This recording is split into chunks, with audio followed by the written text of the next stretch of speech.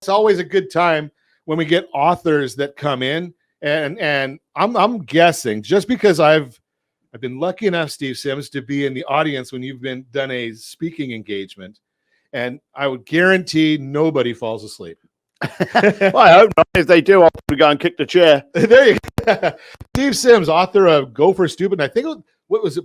Something about fish that I Bluefishing. My first book was Bluefishing 5 years ago. Oh, that must have been right when I saw you. Is right after that came out. Yeah, I think it was. Yeah, Todd Duncan. Yeah. Yeah. So tell me a little bit about your story, because you are a very, very fascinating individual. I don't think I am. I'm just an aggravated one. Okay. I left school at the age of 15 in London, went straight onto my family's building site, and just kind of questioned, is this it?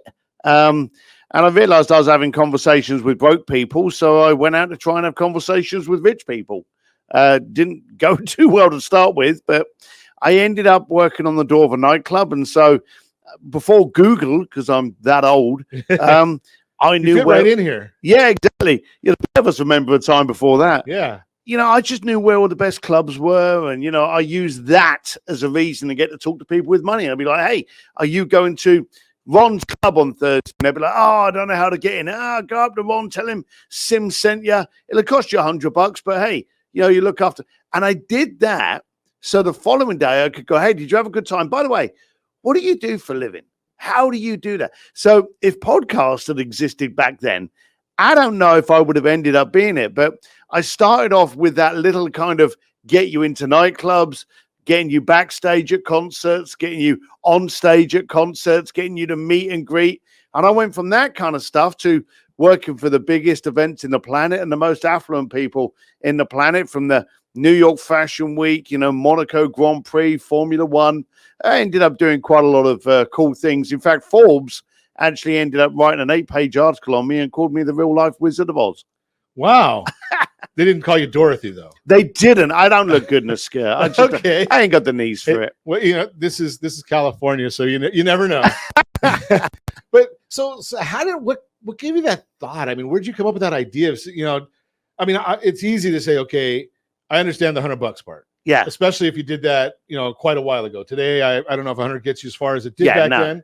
But the bottom line, I mean, that's a brilliant idea. Well, for a start, when people pay, they pay attention. That's the first thing. If I give something away for free, they're going to value it as that. So if I can get you into something and I'm charging you a nominal fee, now, of course, $100 back then, and we're talking about in the 90s, you know, that work out the inflation. Maybe that was $300-500 now kind of thing. But I wanted to get your attention. But there's always been this funny thing that I wasn't in the business you thought I was in. My business was to get to have the conversation. I wanted to have conversations with Elon Musk, Larry Page, you know, Bill Gates, Richard Branson. That's what I wanted. If I could do something for them in order to get that conversation, and I would charge them accordingly, but my point was to get the conversation, because then I would leave that room with the most powerful people in the planet advice, and then I could take that advice and I could implement it. That's a brilliant way of doing things, right? I mean, it's just a matter of going and saying, you know, something. How do I get to where I want to be, and then understanding, you know, you know, not only is it brilliant, but it takes guts. It took guts, I suppose, and I don't want to palm it off, but it took ignorance more. You see, I was never scared. You see, today we've got so many social platforms where people are up on a pedestal and we go, oh my God, I could never talk to him. You know, I'm scared. You know, he's so important. I was a young kid with nothing to lose. So I would pull up on a motorbike, young, fresh, dumb, thought I was the toughest kid in the planet, and I was aggravated to learn. So I would just bulldoze in like a bull in a china shop. It wasn't so much that I had guts. I just had ignorance to how powerful they were. And I've got to admit, in some of the early stages, can you imagine me coming at you going, hey, how come you're rich and I'm not? It didn't come across well. So I had to kind of like temper that down and learn how to ask the question that would get me the answer I wanted. But it was an interesting period of just ignorance and just blasting through. And I had people afterwards going, how did you have a conversation with him? And I'd say something stupid like, I asked. And that was the thing that I couldn't get over. We were terrified of making that ask.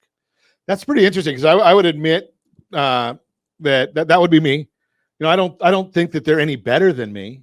They put their pants on probably one leg at a time, I'm guessing, and they go to the men's room or ladies' room and do the exact same things I do. But I look at it and say, something, I'm so introverted.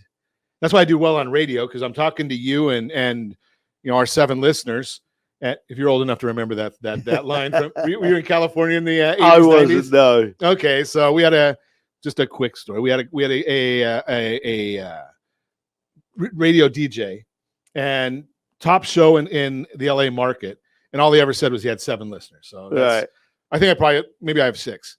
But the bottom line, but the thing is you had the nerve to go up and talk to somebody, because maybe it is like you're the ignorance. Why shouldn't I? I remember I was in a pub in England, and I was with 2 of my mates, and we'd turned up on a motorbike, and we were in this little village pub, and in this pub was like the local hot shot. This was a guy that you knew the name, but you very rarely saw him. He actually owned the local grocery store and the local gas station. So he wasn't exactly Warren Buffett, but in our eyes, he was the king. He was the man. He was the man. And I remember I walked into this pub and I saw him there, the richest guy in the town, had everything, had the hot girlfriend, had the convertible car, which was always stupid in London, but he had all of this kind of stuff. And I said, we should go and talk to him and find out how come, he's so successful. And so I walked up and I went, hey, how you doing? You don't know me, but I've heard you know. And I started talking to him, and he was going to the bar, and he turned around and he went, well, I'm trying to get a beer. Do you want a beer? And he bought me a beer. Wow. Now, here's the dumb thing. I thought to myself, this is a result. I haven't had to buy my beers mattered to me then. I knew exactly how much money I had in my pocket and how many beers I could have out that night. I'd just got a free beer. Now, being a good boy to my mates, I turned around to my mates to go, oh, do you want a beer as well? When I turned around, I realized they were at the other end of the pub, leaning up against a wall. They hadn't taken the chance to walk from there to where I was to start that conversation. And that's what amazed me. And that's what I realized straight off the bat. You get a no for every question you don't ask. And I had just simply walked up, asked. I'd already got a beer out of the guy. I can't remember what advice he gave me, but it had been a result and a gain for me straight off the bat. But the biggest lesson was actually from my buddies not making the movement. Something that's a great takeaway right there, right? Taking a chance and being, and understanding that if you don't take the chance, you know exactly what you're going to get. Oh yeah, absolutely. And and the trouble is people say, well, if I don't take a chance, at least I am where I am. You don't realize you're going backwards, because every time you don't take a chance, it eats away. A friend of mine actually said to me, the definition of hell is to meet the man or woman you could have been. And I don't want to not take those chances. Wow. That's to be the man or woman you could have been. Yeah. Yeah. Amazing. Wow. We're going to continue our conversation with Steve Sims, talking about, and we'll get to his book, Go for Stupid. So tell me a little bit about the book, Steve. Started off as an aggravation. I wrote Bluefish in the Art of Making Things Happen probably 5 years ago, which was kind of like, talking about how I met these people, how I looked on communication, how I built up relationships. And to be honest with you, didn't expect it to take off. And it absolutely did. It got translated into, I think, 7 different languages, bestseller all over the planet. And then as COVID hit, I suddenly started getting a little bit aggravated and bitter at how people were looking at COVID. People were wasting the time that they had been given. We now couldn't go out. We now had to stay with our family. We were given the chance to be able to evaluate where we were.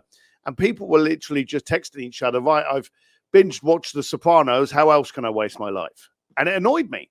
And so I started looking at how we can actually take where we are and add stupid goals, how we can go for ridiculous. Never the word impossible. Don't give it any value. Don't give it any fuel. So how can we come up with stupid goals and then achieve them? And something happened during COVID which really bothered me, really made me aggravated. The people we revere today, Walt Disney, Henry Ford, Elon Musk, Edison, Richard Branson, Larry Page, any of them, Steve Jobs, they had these ridiculous goals and they went for them, and we now revere them. But when you're at a pub and your mate turns around and goes, oh, I hate my job. I'm going to launch this business and I'm going to scale it and I'm going to franchise it and I'm going to make $1 million by Tuesday, we instinctively laugh at them. And we've actually built up in our society today a gotcha and a cancel culture. And I think it's a cancer. And it's not just the media. Everyone wants to go, the media is the problem. No, we had this problem with Steve Jobs, Henry Ford, as I say, Edison, Walt Disney. We basically protested. Media today is just given a faster distribution. And that's what annoyed me. And I want people today, rather than laughing at people, I want us to support people. I'll tell you a true story. I was walking through SpaceX with Elon Musk. I had a couple of clients with me. One of the clients was just thrilled that he was walking next to Elon Musk.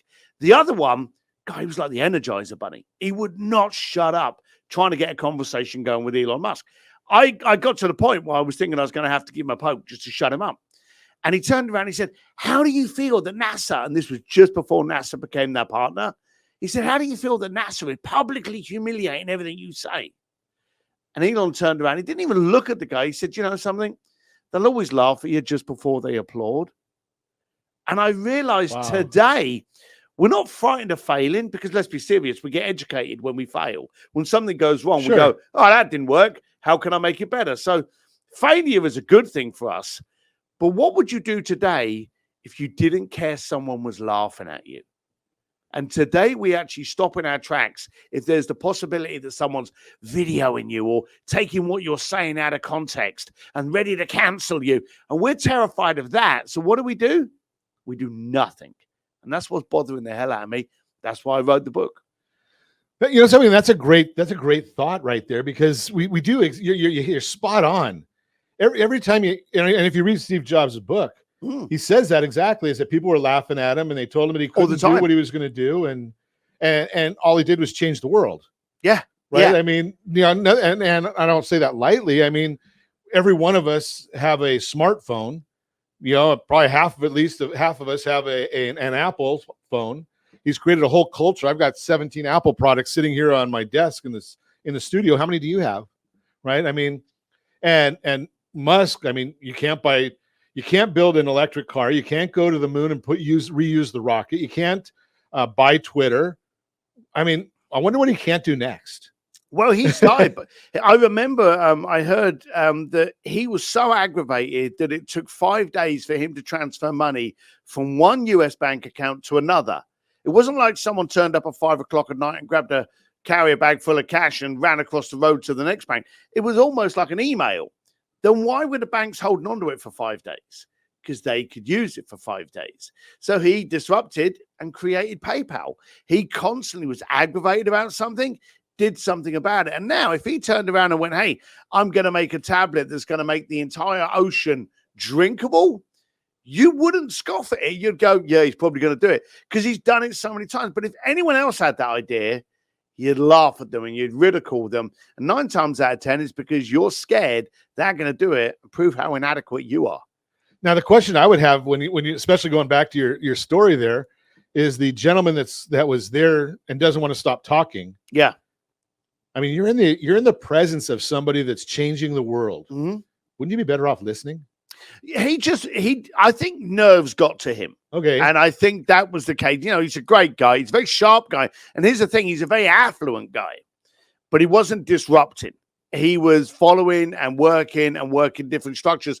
And I think he was nervous. I know by the end of the event, let's be serious, he got that nugget out of Elon.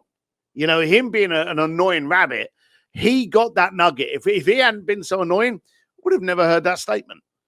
So I guess it pays to be the chatterbox. Well, yeah, he wanted to engage into a conversation, and he certainly got a response. Do you go when you started doing this at the pubs, going back to our last segment? Yeah. Did you do that with an end in mind, or did you do that as saying, you know, something, I don't know where this is gonna take me, but I'm gonna go on the journey? Do you know the funny thing is that you actually just pointed out something that was absolutely beautiful on the last segment, which I guarantee most people didn't pick up on. You said you wouldn't be doing this kind of stuff because you're an introvert. I'm going to call BS on that. Okay. I'm an introvert. I play an extrovert very, very well. You've seen me on stage. Right. Okay.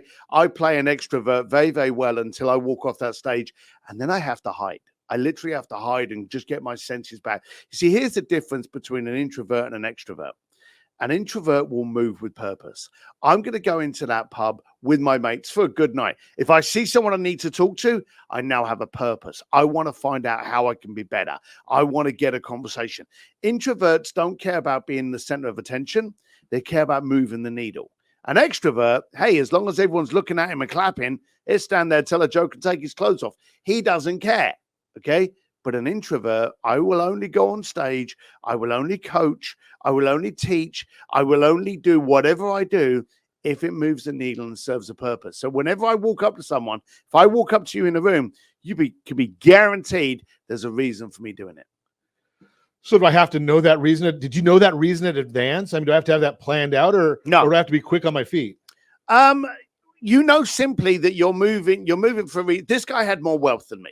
Okay, this guy was more successful. This guy was branded better than me. There was so much wealth of knowledge. I didn't know what nugget I was going to get out of it. And as I've already told you, all I can remember from it is I got a free beer, which told me that he was open to having a conversation with anyone.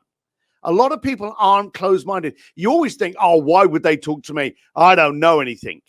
They want to have a different perspective. They want to have a different point of view. And bearing in mind, everybody today, and the big list that I've just walked through with you, all of those hugely affluent billionaires started off working in their garage and being poor. They want to have real conversations. And you know, ironically enough, as you're saying that, Steve, it just hits me in the head that if they didn't want to have that conversation, they wouldn't have gone out that night. Yeah. Right? Yeah. They've probably got a very nice home that they could have stayed in, or an office, or wherever. But if they didn't want to be amongst people, why would they have been there? You see, the trouble is today as a society, we put people on pedestals. 90% and worse, because of COVID, we actually have a national pastime now of pulling people off pedestals. So no one wants to be on that pedestal. They want to be a normal person. They want to be a real person. They just happen to be exceptional in disrupting banking, disrupting computing, disrupting something. And if you're not disrupting, you're being disrupted.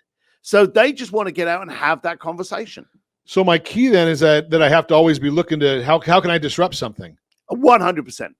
And the biggest thing you need to disrupt in life today is the way you look at things, the way you perceive things. Let me give you an example.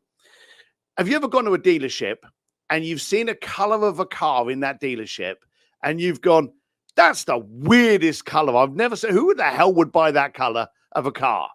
And then when you're driving down the highway, what's the only color of car you can see? That color. It's that color. When your mind is open to disrupting opportunities, what's the only thing you can see when you go to work the following day? So you've got to start by disrupting the way you perceive and receive information and opportunities. My old dad wasn't the smartest tool in the shed. Used to say the richest man on a rainy day was the guy selling the umbrellas. You've got to be ready to see the opportunity and then, more importantly, action it. That's key right there. Is both of those, right? You have to have your eyes open and not say, well, my lot in life is X and I can never do any better. That's what I'm trying to get. I've got a whole book here on Go for Stupid to get you to go for stupid goals. My stupid goal is to get you to action those stupid goals. I want people to be doing more stuff. I'm a kid that never finished school, kicked out at the age of 15, was a bricklayer in London and a doorman in Hong Kong. And now I've got a Rolodex that can basically call up anyone, including the Pope.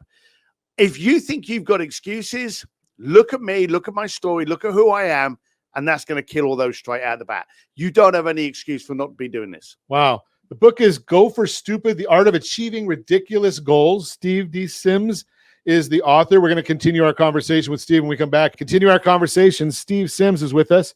The Go for Stupid is the name of the book, The Art of Achieving Ridiculous Goals. And I hope you've been listening to our program this morning, and don't listen to Joe Ingram because he's on there and we just ignore him whenever we can.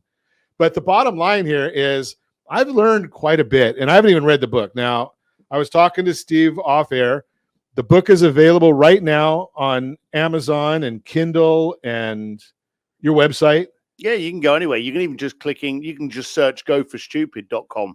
Goforstupid.com. Okay. Yeah, it's really easy to find. Easily found, and we're chatting with the author. You know, I'm listening to you, Stephen. There's so much good stuff that you've just told me without me ever having read the book. it just makes it all that much more important. Like, I can't wait to. Right? I mean, just because. Wow, what a ploy. Yeah. Right? I mean, when you start learning about how you can go from, I'm not being degrading, but an average guy to doing some really amazing things because you were willing to take a chance. Yeah. And not have some self-doubt. Right. I've taken that from our conversation about the book. Yeah. Are you a big goal setter? I never used to be. And I am a big goal setter now, but I'm not a 5, 10, 15-year goal setter. I'm a next month, 6 month, and year from now. I think far too many people look at doing things and they plan that, well, in 5 years' time, I'm going to do that. They lose traction in 6 months and they forgot what the goal is. So you need to have those goals brought forward. So I am definitely okay. And again, back to the introvert thing, what's going to move the needle? What's going to help me? What's going to help my growth? I'm a great believer that a lot of people are scared of trying. I'm scared of not trying. You know, like I live very well. I'm very happy. I'm very comfortable. But what if I didn't take a chance over the next 6 months? And I got to that end of 6 months as exactly the same person in the same place, the same mindset, the same, I don't know, bank account, whatever. I've just wasted 6 months. I want to have conversations. I want to get out. I look forward to coming down and having this conversation with you. And as you know, it's taken me 2 hours to get down there. Sure. I constantly want to push myself to try and experience new things. If you don't, then you become stationary, stagnant, and die. You know, and I don't want that. So it's kind of interesting when you say that, because you're basically living life, right? When you're saying I've got a 5 or a 10 or 15-year goal. Well, number one, we don't know who's not going to be here in 5, 10, or 15 years. Yep. And we're saying, okay, I don't want to go enjoy something tomorrow with my family or friends or business-wise, relationship-wise, goals or achievements. I don't want to do that right now because I'm going to be worried about what may or may not happen way down the road. Well, COVID should have taught us that. If you're that dumb, COVID should have taught you that you have no idea what's happening next week. Because we were all, I remember I was up in Tarzana and I went to a Mexican restaurant, horrible Mexican restaurant, and then came home. First time I tried it, it was horrible. Never go back there again. Won't mention the name. Get home, and all of a sudden there's a news release going, by the way, tomorrow we're on lockdown. And I'm thinking, damn, my last meal was at a crummy Mexican restaurant. Now, had I known, maybe I'd have gone to a usual favorite. But the point was, we don't know what's going to happen next week. COVID taught us that. So you should enhance it and go, okay, what can I do this Friday? What can I do next Friday? What can I do next Tuesday? What's my goal in a month's time? You don't know where tomorrow's going, so don't take it for granted. So are you big on, do you recommend people go and try and start their own business, or go and do, move from this job to that job to advance? How do you get to that next end in mind or target? So the first thing you got to do is train your mind to be open to opportunity, and then you will see it. Okay. This could be like going down to a restaurant. Here's a funny little thing that's low risk that we started doing like 20 years ago. And we did with our kids. Our kids hated it. Now they love it. What we will do is we will go to a restaurant, and you always go to the restaurant and you pick the usual 2 favorite appetizers, don't you? Pick one you've never heard of. It'll cost you $4. It may be the greatest taste you've ever had. It may be the most disgusting thing you've ever put in your mouth. And I've done this. I've been in countries and gone, well, I can't even pronounce that. That's an appetizer. Let's try that one, And it's been the most god-awful taste I've ever had. But when you're open to trying new things, when you're driving home tonight, turn left instead of right and go a different route home. Try different. Here's another weird one. We've all got internet radio. Okay, scroll through the internet for a different country and listen to that music from that station for 1 hour. You may be listening to Polish rap, at 2 o'clock in the morning, but then you'll know what Polish rap's like. You are getting yourself educated. And none of those things risk your income. None of those things risk your livelihood, but your mind will suddenly go, okay, we're open to new things now. What's next? And then you can start disrupting your workspace. How can you do what you do at work easier, more clinical, more refined, and then eventually disrupted by taking it on yourself. Think about that concept, especially right now, because so much of us, especially those of us that are in the world of social media Mm-hmm. and politics and news, we're in an echo chamber. Yeah. So it really messes us up because then we've got absolutely nothing new to think about or learn. No, we're in a world, we're not in a recession or depression. We're in a world of distraction and noise. Okay. Everyone's telling us how to feel. Everyone's telling us what to think. And it's too much. You see, as human beings, as we've evolved, and that's scoffable there, we want more stuff. We have an innate desire to consume as much as possible. Podcasts, apps. How many people have got apps on their phone that you've never even used, but hey, it was a new app, it was shiny? I'm sure a lot. How many people run out and buy the latest iPhone because it's a slightly different color from last year's? You know, you're still not using it to phone your friends, but we've got these weird kind of innate things in us that we want to consume this information. But our ability to retain information has never grown as fast. So when we go to something and we get so much come at us, and then we walk out of that and we're like, oh, what are you going to do? Oh, I don't know. There was too much for me to get a grasp of. So we need to slow that distraction down. We need to look at what we can control, what we can get involved in. And we need to ask ourselves, was this done for me or was it done to me? And actually start working with that purpose. I have a friend of mine that says exactly what you just said. He takes it one step further, Steve. He says, and he's a coach in the mortgage world. And he says, in the next 2 days, I'm going to give you a dozen things that can make you money. Yep. Write them down, but only try one, because you can't do a dozen all at one time. Nope, you can't. Right? So try one thing that you really excites you, and then just do that well. Maybe next month you want to add something to it. But right now, just start with one bite of the elephant, one bite of the apple, and take it and make it work for you. Yeah, and that's Elon Musk said, I want to do this, and I want to go up into space. And he looked at the space rocket and he went, what's the most expensive part of it? And they went, it's the fuel cells, because they go up once, they get blown off the side, and then they float around as space junk. Right. But if we bring them back and refuel them, we can use them again. That childlike curiosity. Now, we know it's not as easy as that, but hey, that's just the details. Start acting with that childlike curiosity and going, why can't I just do that?